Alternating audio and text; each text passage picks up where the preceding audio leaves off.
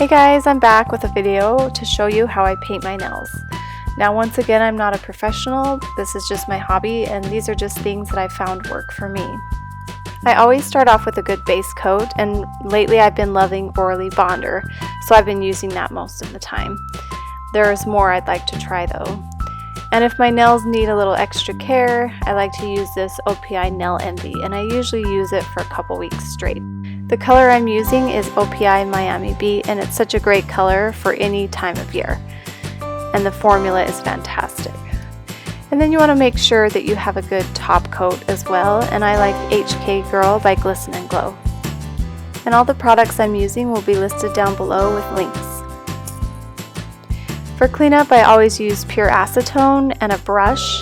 And my favorite brush I've been using is the Sonia Kashuk smudge brush, the number 105, and you can get it at Target.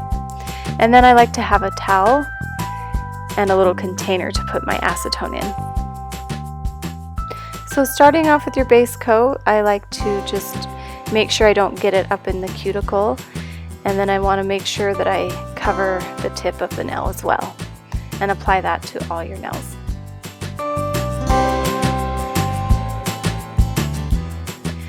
When I first started painting my nails, my hand wasn't very steady, but I noticed the more I practiced, the more steady it got. So just keep at it if you have a hard time in the beginning. After I've let that dry for about a minute, I'm going to go ahead and apply my nail polish color. I wanted to do a close-up view of how I get just the right amount of polish on my brush. So I like to take just a little bit off one side and then go all the way down the length of the brush on the other side, and that gives you just the right amount of polish on your brush.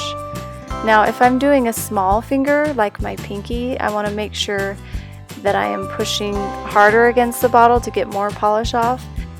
Then if I'm painting a larger nail, I don't push as hard against the bottle, so I have a little more polish on my brush. And when I'm painting my thumb, I only take polish off one side. And as you can see, I didn't shorten this film or make it go faster because I wanted you to see that I get fresh polish on my brush between each fingernail. Having that little dollop of paint at the base of your brush helps you to just set your brush down and let it kind of fill in close to the cuticle, and it'll give you that nice rounded shape without you having to do very much. I've also found that if I keep my brush flat against my nail, almost the whole entire thing just slightly at an angle, that it actually goes on much more smoothly. Now I'm going to go ahead and apply the second coat, and I like to make sure that I keep the same lines that I did before, and then go ahead and get the tip of the nail. Now if you're doing a polish and it's opaque in one coat, then you want to do that step on that coat, but I don't like to do it every time because I feel like it builds up too much on the tip, so I just do it on the last coat.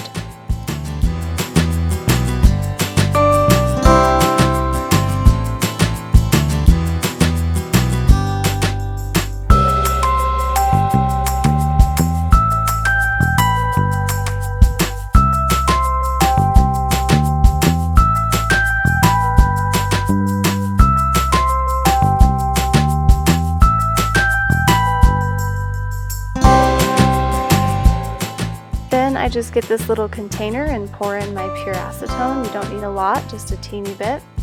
And then I'm going to get my Sonia Kashuk brush. And what I do with this is I dip it in the cup and then I dab it on a towel, just because the brush holds quite a bit. And if you don't dab it off, it'll flood into your cuticle and make a big mess. So you just dab it off, and then you can move your hands any angle that you need to make sure that you clean up and get that nice rounded edge. And that's what's going to make your manicure look really professional. I never forget this step, ever.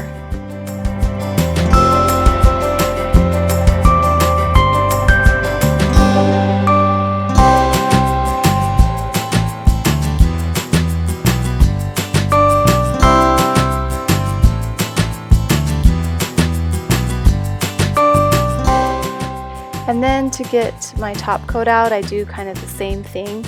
And top coats can be kind of tricky because they're kind of thick, so you just kind of have to get used to how thick the one that you have is, and you kind of start to get an idea of how much you need. So this one is a little bit thick, and if you don't get it thick enough, it'll drag and kind of skid on top. So that's okay. You can just go back. I did that there. You can see that I needed more, so I just went back and got a little bit more.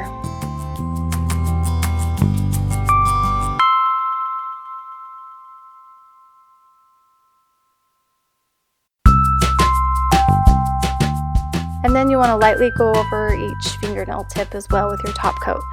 And as you can see, I got a little too much, and that's okay. It got kind of flooded down there, but I just use my fingernail and get it out before it has a chance to dry.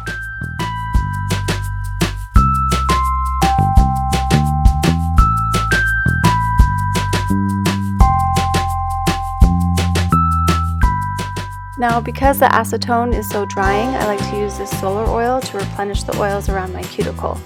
And I like to do that with this angled brush that I got. It's an e.l.f. brush that I got at Target for super cheap. I learned this trick from Jess Face 90, but I like to just paint a little bit of that around the top of the bottle, and that way I control how much I get on my brush. Now, the reason I like to use this angled brush as opposed to the brush that comes with the oil is because it gives me a little control. Now, when your polish is a little bit wet like it is, you don't want to get it on top of it. So I've only let this dry for about 5 minutes, so you just want to make sure that you don't smudge your polish. With this top coat, I usually like to give it a good 30 minutes before I know it's completely dry. And that's it. I hope you found this helpful, and I hope it inspires you to paint your own nails. Please give me a thumbs up and subscribe down below. Thanks!